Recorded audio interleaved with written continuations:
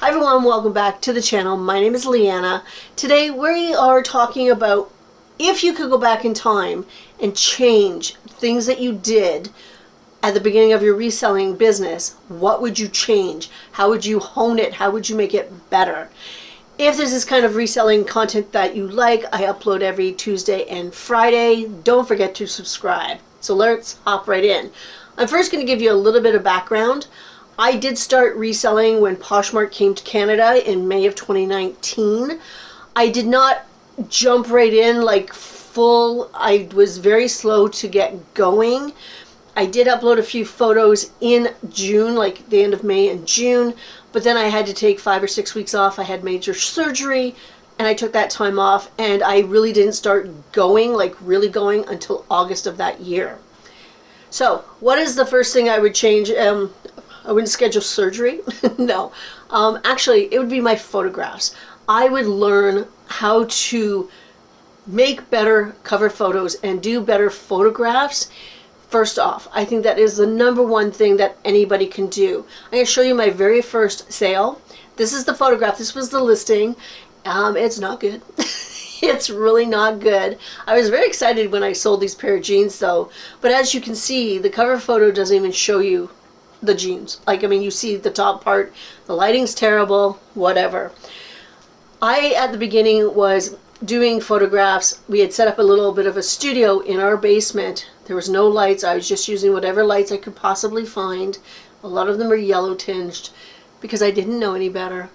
And I didn't like it. It just was not working well. I didn't like the photographs. So I decided that, you know what, I'll try outside. So I did go to our outside deck, our fence, and I took photos there. The lighting was spectacular. I'll show you this. But, you know, I didn't like the idea of the fence. It just looked, in some ways it looked dirty to me. And I only had a certain window of time when that spot got good light. So it was really, it wasn't giving me enough time to do photographs. So I ended up moving up into a spare bedroom. It had great light. It had a nice plain wall. I had more space to work with, and it was really good.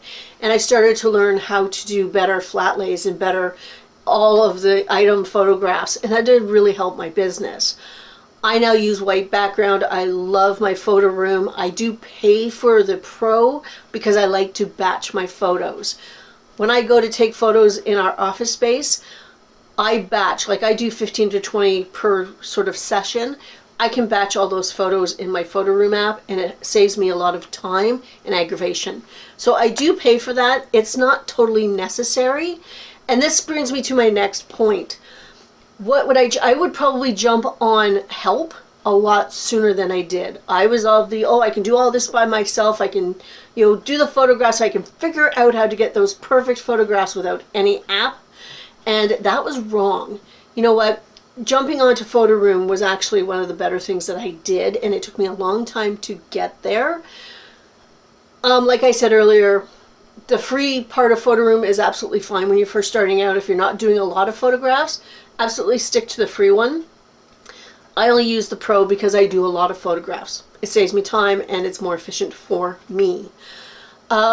Other apps, you know, like I use Pic Collage. That was a really good one to use when you have, because when I started, I think we were only allowed, was it 10 photos on Poshmark? I don't remember. Let me know down below.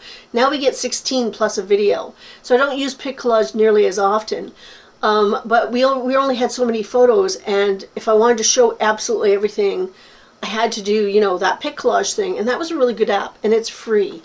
I used Canva because I separated my whole closet into women's and men's and kids, which I don't do anymore, but I love Canva because I use it for Instagram and for YouTube. So, but again, I use the free one.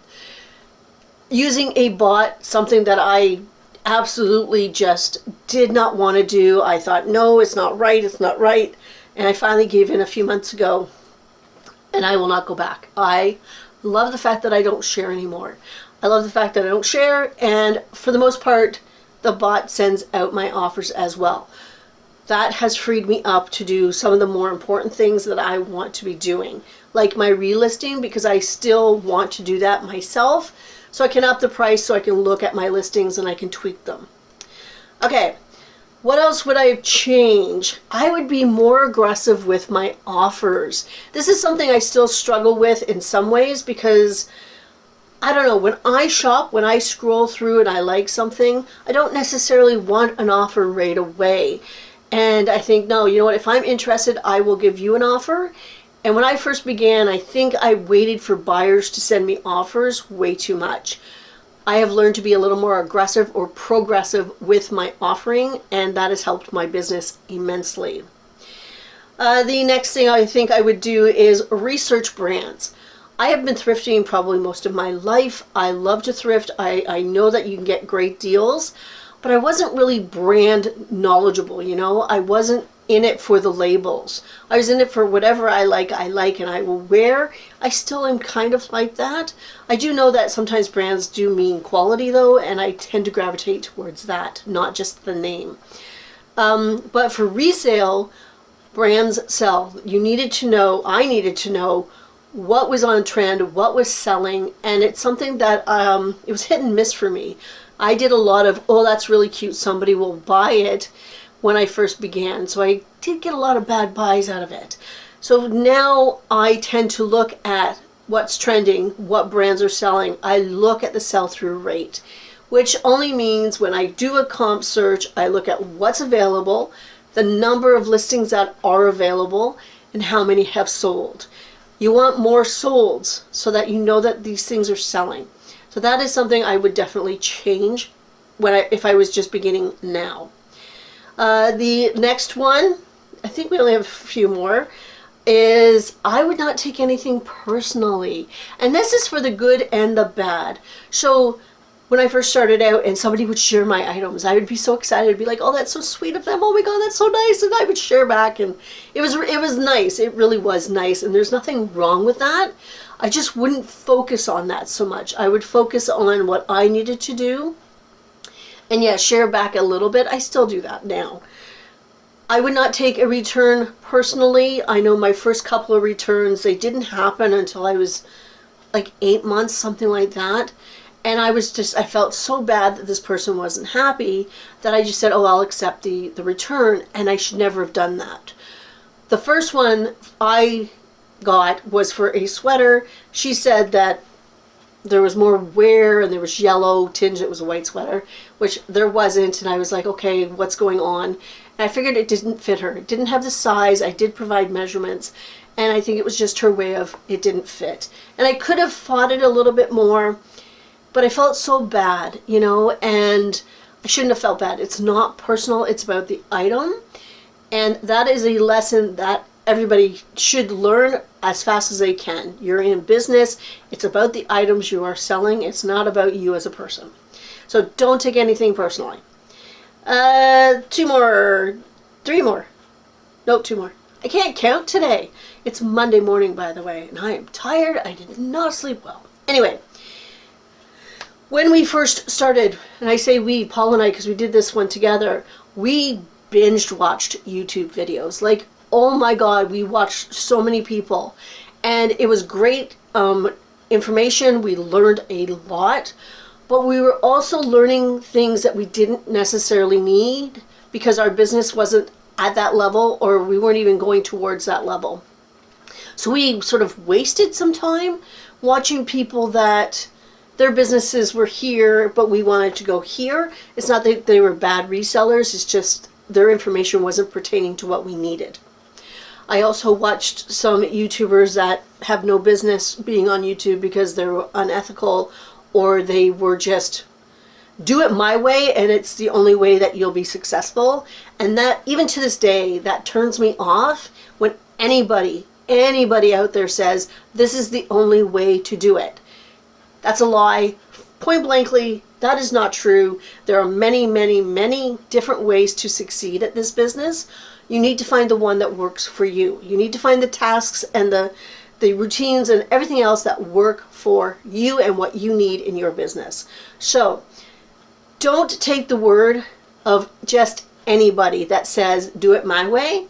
You need to get different opinions. I think that's a really good thing to do, is to watch different types of resellers to find out what speaks to you and what you can use. Okay, the last one I want to talk about, and this is one I have learned in some ways the hard way, and I don't know why I did this. At the very beginning of my journey reselling, I would never redeem my balance. For some reason, I would let it build and build and build, and I thought, ooh, this is good, because I would get, $500 at a time. And I'm like, it took me a while to realize, it's like, wait a minute, that's my money. I want it. So now I let it go for a couple of days, and I redeem my balance every few days. Every few days, I will redeem any balance that I have. Usually not if it's under $20. But yeah, I redeem my balance because that is my money. I want that money. I want to use that money for whatever, for my bills, to reinvest in my business, whatever. It's my money.